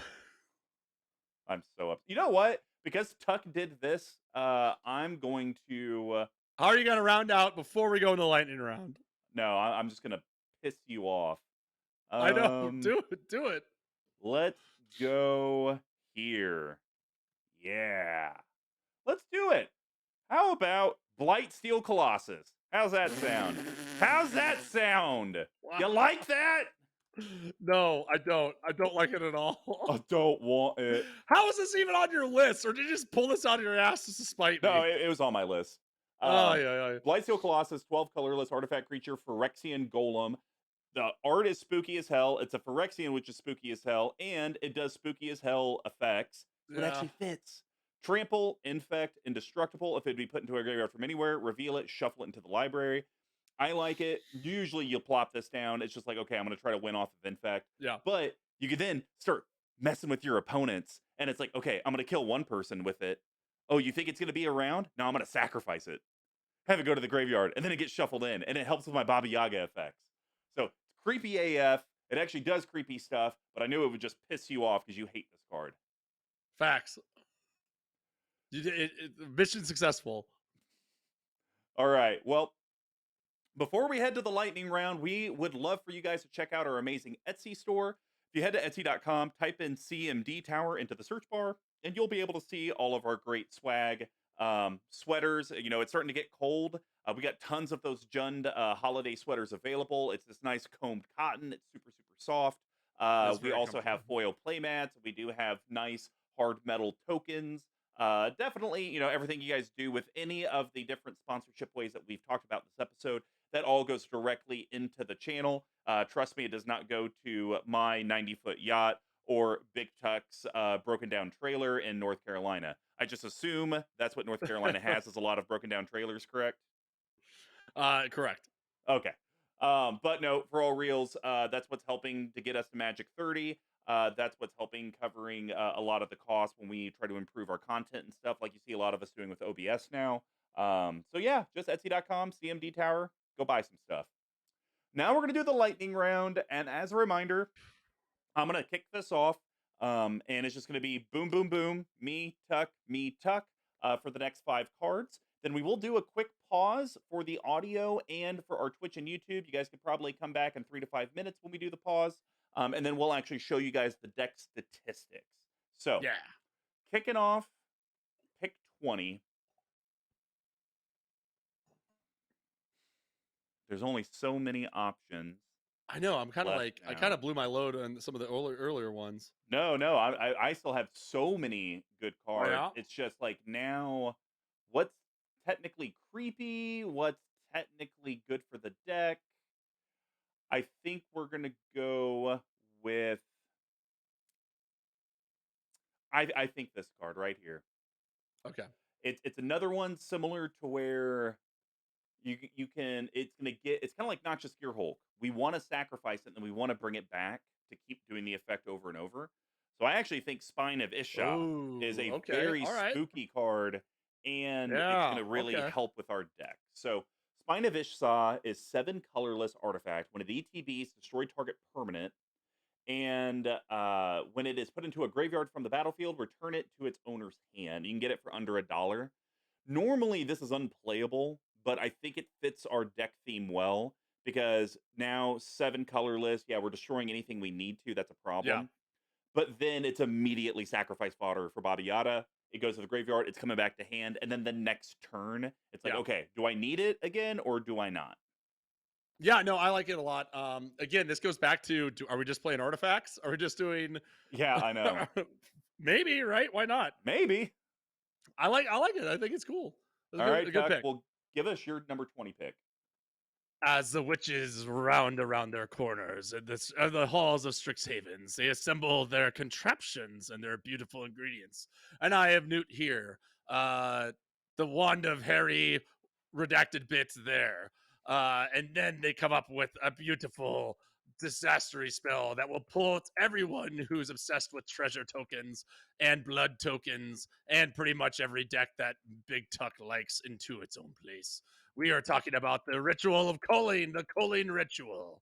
For 2 colorless, a black and a green. It's a sorcery from Strixhaven for $3, which is kind of insane. Destroy each non-land permanent with mana value 2 or less. Add black or green for each permanent destroyed this way. Now we can completely flummox all people and their beautiful treasure tokens and keep all of our big swingers, or maybe even get some mana for our reassembling skeletons of the world. Um, it's spooky. The effect, though, I just like. So I was never hot on this card because the whole mana value 2 or less. I just never felt like I was going to get enough. I always felt like I'm going to pay 4 and maybe get 2 or 3 things. Like, I mean, effectively, is like if it pays for itself, is it worth the slot?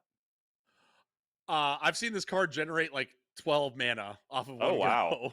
And Okay. everyone's token creatures got kiboshed. All of our treasure tokens went away. It was brutal. Hmm. Absolutely brutal. And Okay. it's Okay. spoopy. So there you go. You do love saying the word spoopy. It's my favorite. All right. Well, the next one, we're doing another Planeswalker in Garuk Apex Predator. Ooh, good pick. So I think this is spooky and a very spooky effect. 5 colorless Golgari from N15. This guy was a little under $8, and it's a legendary Planeswalker Garuk, and it comes in with 5 loyalty. It has 4 effects. +1, destroy another target Planeswalker. Bam. +1, create a 3/3 black beast creature token with Death Touch. Super damn spooky. -3, destroy target creature, you gain life equal to its toughness. Also spooky. And then -8, target opponent gets an emblem with whenever a creature attacks you, it gets +5/+5 and gains trample until end of turn. I think it's just spooky on whoever you put that emblem on because they're just going to get ramrodded because those emblems don't go away. So, I mean, this guy checks so many boxes. And what I'm kind of seeing here, Tuck, it seems like a lot of our top end cards, or at least the ones that I've picked, have all been Planeswalkers, and everything Oh else is yeah. kind of the lower end. So it definitely feels like, once we get to that nexus point where it's like, oh, I'm doing Torment to Hailfire or whatever, it's actually like, now it's almost like kind of like a Planeswalker deck. Like we're almost doing Right. Super Friends, and now we're going to start doing a lot of these effects and really kind of controlling the board even more. Love it. Yeah, I mean it's certainly spoopy now that he's like some horrible like planeswalker assassin, right? I like that Hmm. there. Great top end. Love it. Love all of it. All right. Well, what is Nothing your round 21? they're coming to get you, Mr. Combo. Alter the Brood? They're coming to get you, Mr. Combo. The- There, look, comes one of them now, which is a quote from the classic movie Dawn of the Dead. ah, All right, 2 colorless triple black for an enchantment from Torment. At the beginning of your upkeep, you lose 1 life. At the beginning of your upkeep, you return target creature card from your graveyard to play. That creature gains haste until end of turn. Remove it from the game at end of turn. So repeatable reanimation target, right? Obviously, it's spoopy AF. And the best mhm. part is that I think this is why I don't know why this card isn't played very often. Like I've never really seen it played. The thing I like the most about it is this: is that it doesn't say if that creature dies, you have to remove it from the game then, Yep. right? So this is a way to get some of our bigger targets, like our Noxious Gear Hulk or something like that, to get into the red zone. Then eventually sacrifice it to Baba Yaga, and you're off to the races. As we've been talking about in this entire deck tech. Yeah. No, I'm all here for this. Repeatable reanimation. That's really good. Like this was on the. I didn't see this one, but it's a similar effect to like Dead Bridge Chant, I believe is what it Mm-hmm. is. And Mm-hmm. I was like, man, is that Yeah. good enough for this? And I think this card is because it's only like you're losing a life. Dead Bridge, you have to Right. mill 10, and it's like if you mill the 10 that you can't do anything with, it's like, well, damn, that kind of sucks. So I really like this, and it's only $3. And if you want to get a cool foil from Torment, you can get it for $26. There you go. If you want to bling out this chaos draft deck of sorts. Yeah. Yeah. All right. Well, we haven't talked about it yet, so we'll do a boring one here. Okay. In Black Market. Yeah. So Oh God. yeah, yeah. I mean, you Out gotta of have control. it. You gotta Out of have it. control. So black market, 3 colorless, black, black. Whenever a creature dies, you put a charge counter on it. And then at the beginning of your first main phase, you end up adding floating black equal to the number of charge counters on it. Everyone, I mean, we're going to be sacrificing stuff. So it's like at bare minimum. Okay. Normally, when you play this, it's like, well, I'm getting a lot of the benefit from my opponents as well. Just whenever a creature dies, because I'm usually Right. sacking, then that when I sack, they have to sack. So it's a lot of this incestuous sacking. I actually look at this card in this deck is I don't give a f what my opponents do. At minimum, every single one of my turns, I'm probably adding at minimum 2 charge counters, maybe 3 to Right. it. So, Right. and Right. it's like if I'm doing that at a bare minimum, I'm going to get out of control very, very quick. And once this gets big enough, because sometimes black market does get big enough where it's like, I don't know what to do with all this mana. I'm just gonna like waste Yeah. it. And so now it being an enchantment, this is another target to sacrifice with Baba Yaga. So, What deck? We were playing one at your bachelor party where you had like 18 on here, and you're like, "Well, I have one card in hand, so oh what do yeah, you got to my do?" other Golgari deck that I built. Oh yeah, yeah, yeah.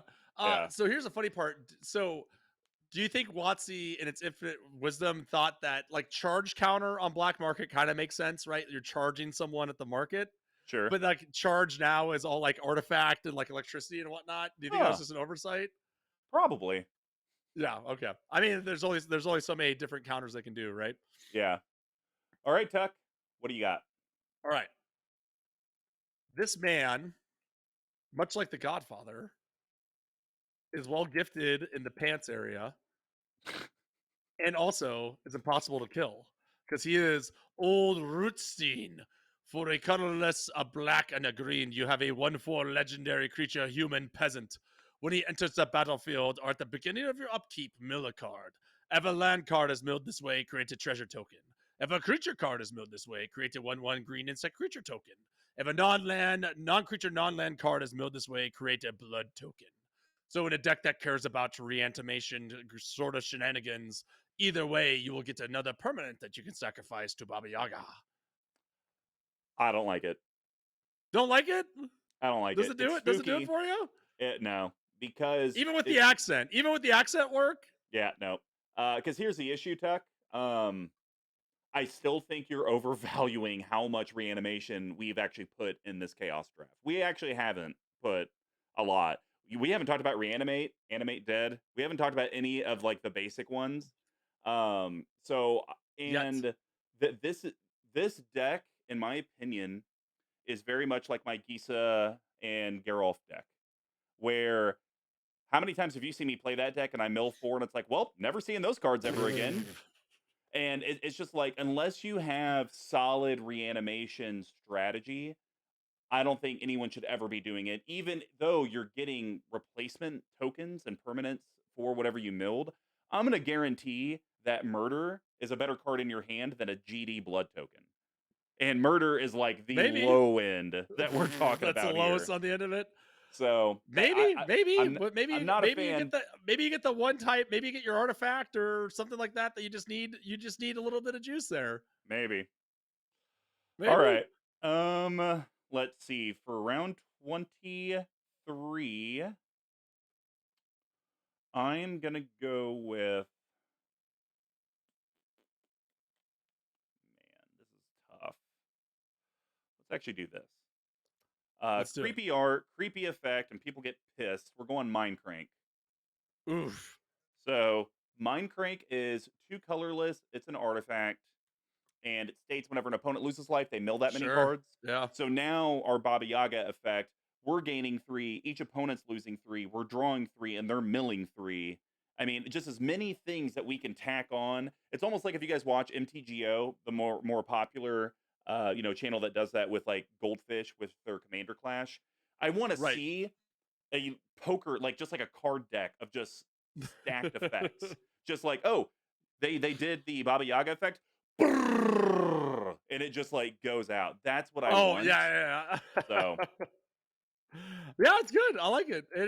And that is like there's some artworks like that is freaking terrifying. Like all this Phyrexian stuff is just like complete nightmare fuel. yeah, yeah, absolutely. I'm actually shocked that they didn't. Now that we saw that they re-added the Elvish Visionary into a Phyrexian Elf Scout, I'm shocked Yeah, that maybe stuff like this haven't been like Artifact or Phyrexian Artifact, or just Phyrexian just artifact. just to start doing it, because I think they're just looking to hype up Phyrexian stuff for the Yeah, upcoming sets. But right. yeah, Which no, I can't Mind believe Crank is is already a coming. banger. Yeah, it's incredible. Love it. Love to see it. All right, what's your 23? And you only got Uh, one more after that. You get I last two. know. I know. I know. I know. All right. I'm gonna end on one that's good, and then I'm gonna end on one that's bad. How about that? I don't like it. You don't like it? Um, you did talk a lot about needing some more reanimation package, right? Uh-huh. And since we're gaining life, and since we're already making our group of witches, which may or may not be called a coven, we might as well bring in the Veenwich Coven. So this is a card that's for 2 colorless and a black for 3/3 vampire warlock. Even though there's 3 of them, it's got menace, and then whenever you gain life, you may pay black. If you do, return target creature card from your graveyard to your hand. So again, we're already gaining life, right? We need that stuff coming from the graveyard out. This will give us something to do with maybe some leftover mana that we didn't have to tap down with our black market connections, or that we'd have to tap down with, I guess, just black market. So kind of a cute little card here, but more importantly, we can build our own coven, Kumbaja, which is our own commander. And this card, maybe other ones that we've talked about that I've already forgotten. A See, coven this is a of value. win. It's creepy art.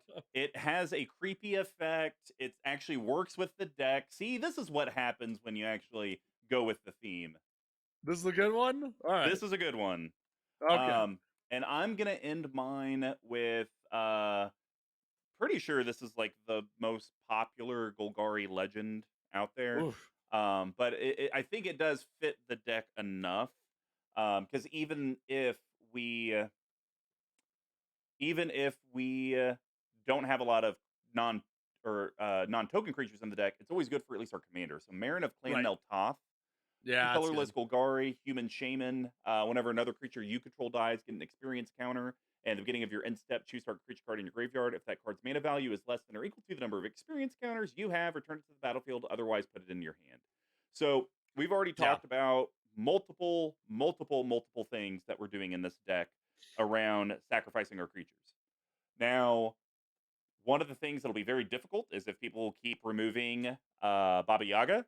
It's like, Yeah. oh man, it now costs 9. That's a little more than I want to pay. The weird thing, Tuck, I actually like Marin in the 99 more than the command zone overall because she is such a target when it's in the command zone. Yeah. But Yeah. when it's Yeah. in the 99, people will get rid of her. But we've noticed, and we've done a lot of gain life, pay a black, bring something back to your hand. I think once we have Marin and we at least have like 4 experience counters, unless we're concerned about exile, Marin's never going to go away, and our commander is never going to go away. Our Right. Yeah. commander gets blown up, we're putting it to the graveyard, and it's coming back with Marin. Marin gets blown up, or even we need to sacrifice Marin to Baba Right. Yaga's effect. Get multiple experience counters out there. We gain some life. Hey, I'll pay a black mana, return Marin back to hand, and boom, it's back Sure. out now. Yeah. I think it has a lot of legs. It's super boring, but I actually think it's too good to not include in the deck. Yeah. I mean, like, and I'd like this as like a backup, like Marin of Clan Not decks are kind of played out at this point, in my opinion. Yeah, Like I've been seeing them for what, 5 years, or maybe even longer. longer. So I think it's still like a good inclusion in the deck. It does what we were trying to do, and is like not gonna make our deck look more threatening than it actually is, right? So Yeah. yeah, bet it. All right. Last pick for you, and then we'll do our little short break. What do you got for pick 24? I'm gonna learn you something right now. You're going So to learn buckle me. in. I'm gonna learn you something. So I am gonna go see you and I on Movie Pass or MC Pass went and saw Halloween the remake a few years ago. No, we didn't.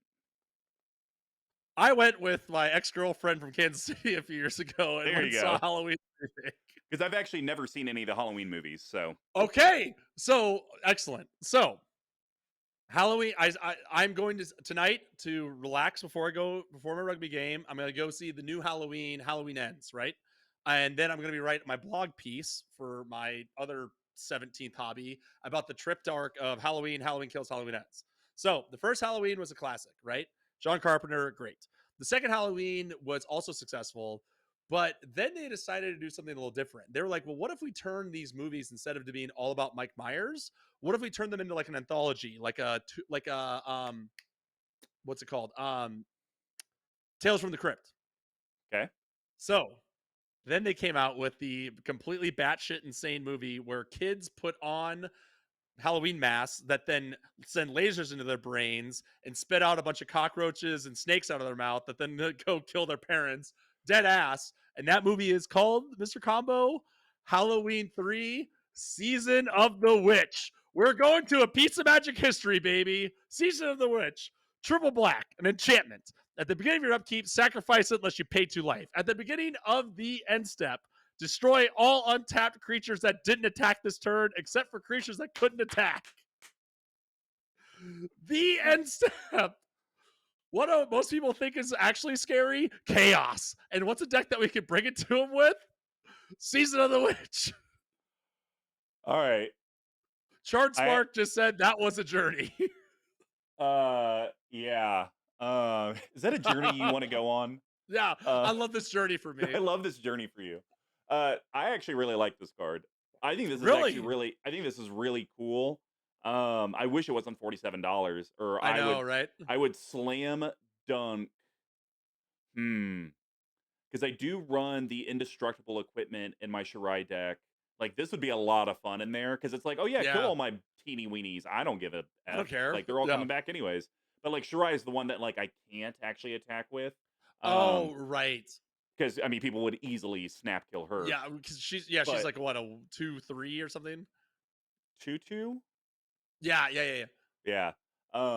So yeah. Anyway, but this is awesome. I like this card. I mean, I actually think this card would be played more if it wasn't $50. Just to be honest, I think it's Right? super playable.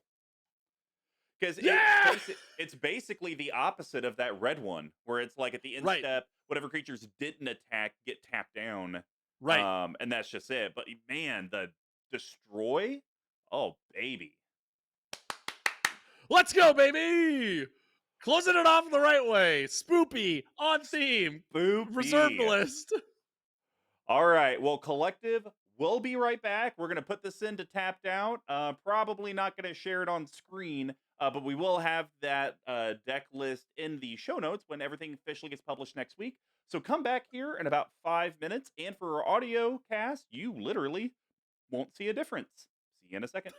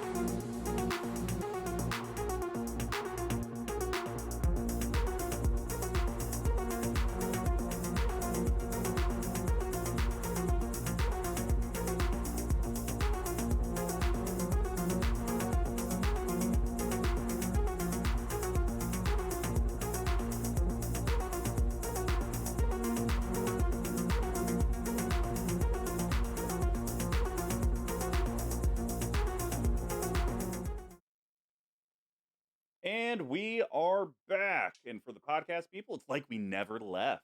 Audible Creepy. gasp. But Spoopy. we now have the deck statistics ready to go.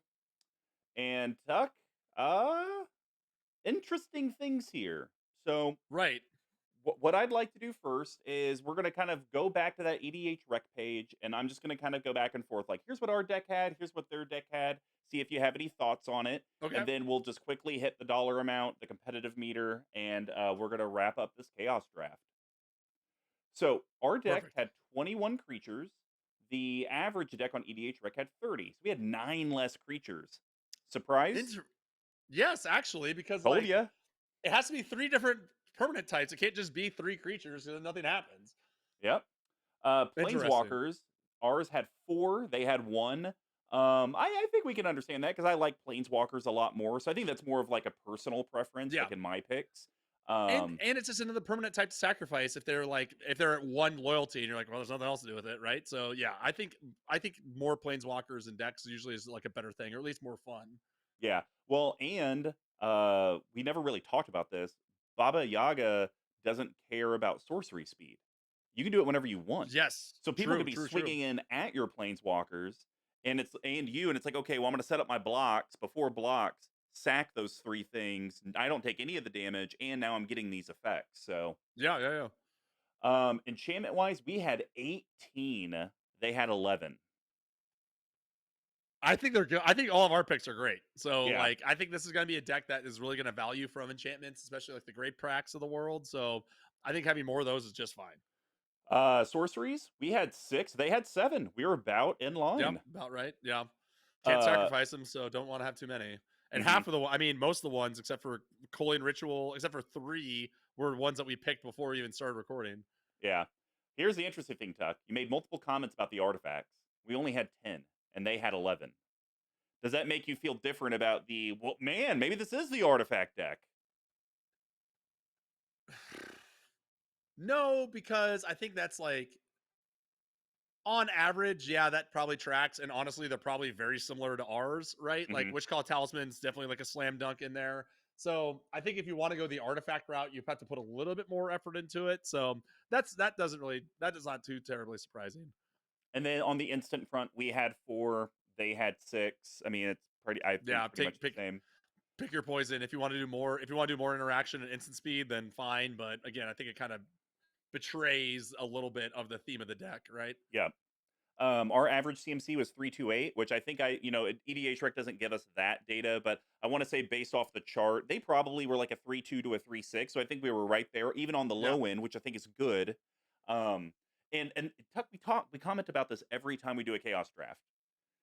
Why in the world are our decks that we just build for this channel always a low CMC, yet our personal decks are like, what's your CMC? Oh, it's like 4.7. I don't know. 3.8. Do you have any problems with it? Yeah, I don't know. What's the matter? And then competitive meter 62%. Nonsense. Whatever that means. Absolute nonsense. It's just so Man, I don't know. Should we even bring that up? I guess we might as well. It's just like a funny thing to talk about, right? yeah. The funniest part Well, is how much of the mana goes down if you cut Blightsteel. That's got to put us down to like at least a 3 flat, right? I mean, look at the distribution. We don't have anything more than 5 or 7 rather normally. I don't think if you cut out 13 total pips out of 65 cards that it lowers it It's gonna lower it. 0.28 average. True. Um, but no, I'm pretty surprised by that. So thanks for making it until the end, and please leave us feedback on whatever consumption platform you found us on. If you're watching us live on Twitch and YouTube, thank you. Hit the subscribe button. If you didn't know that we do these things live, go do it anyways. Or if you're consuming this on a podcast or watching it on YouTube after the fact, leave that feedback. Let us know what you guys like. We need you guys to communicate, because when you do, that's when we make changes. And when you don't, that's just when we futter around. And if you'd like to get a hold of us, here's how you can do that. You can get a hold of me at Mr. Commodore 5 on Twitter, all spelled out except for the 5. BigTuck, where can people find you? At BigTuck tweeting, nothing, no bits on there right now. So, All but right. do pay attention. Hopefully, by the end of the month, I'll have another article posted about the Halloween movies, like we talked about during the episode. There we go. You can always get at our main account at CMD Tower on Twitter as well. We will have this Chaos Draft list posted, plus the accompanying videos and stuff at cmdtower.com/BNBE159. And of course, we talked about the myriad of ways you can support us. Our patreon.com/CMD Tower, abyssproxyshop.com, code CMD Tower, or etsy.com, type CMD Tower in the search bar. All three ways are how you can access ways to help support the channel, but also support yourself. Be able to get things for your accoutrement for game nights. Accoutrement. Definitely great ways to support us. So, BigTuck, to close this out, Brews and Builds, the Chaos Draft of Baba Lysaga, the Night Witch. How do you think the episode went? Do you think our combined efforts have given this deck enough to where someone could just copy and paste it? Or do you think they're still going to have to do some tweaks because maybe we missed a few things here or there? Like the deck. I love the spoopy restriction. I like that as the like kind of deck building thing, right? Yep. I think I took it a little bit more literally than in some cards than in others. Um, so the third one was a copy and paste. The second one was how do you think the deck went, or how do you Well, think it's so built? the other one was, do you think the list that we've put together, someone could literally net deck it and it would be functional? Or do you think kind of now looking at the list, all at once, we maybe missed some things and there's still some tweaks that need to be done? I think this deck is functional and fun. I don't think it's necessarily the strongest or Yeah. best deck that we've done out of this, right? Hmm. But again, like if you're into these spooky themes, if you want to play cards like Season of the Witch and Skeletal Summonings, I think this is a good deck to do them in because it does have that sort of thing. I think Baba Yaga is kind of like a and the kitchen sink deck, right? If you want to go Sure. artifacts, you can go artifacts, right? If you want to go planeswalkers, you kind of can. I think the picks that we had is going to be like I think you brought some really functional ones. I brought ones that are maybe like more goofballs or pet cards. So Sure. I think this deck out of the gates would be fine. So I think for me, I think what we've missed out on is I think Mm-hmm. we maybe need to figure out more ways to. I think like Revel in Riches types effects, where Oh, as gotcha. the sacrificing, we're getting those additional different permanent types.